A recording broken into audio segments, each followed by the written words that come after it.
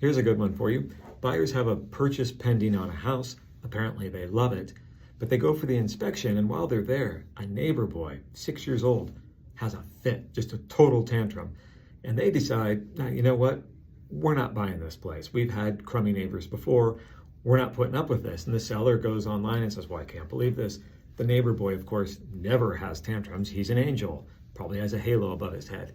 But it underlines a good point. If you're buying a house, it's worth going by at different times of the day and different days of the week. And if you're up for it or your realtor's up for it, go knock on the doors across the street next door and meet the neighbors. You can interact with your neighbors a little bit and you'll get a sense of what kind of attitude or personality they have.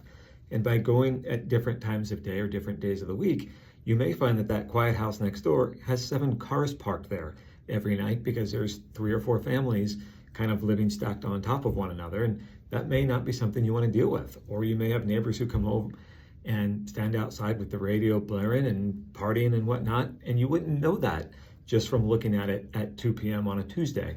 So it is worth going by. I don't know if a 6-year-old's tantrum one time is worth it, but at the same time, kids are great, but they can also be little tyrants. And if you live next to one who could be, you might want to come back a second time or two or go introduce yourself.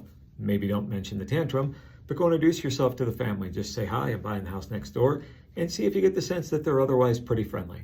It's reasonable to check out at various times to look for flags, whatever they might be.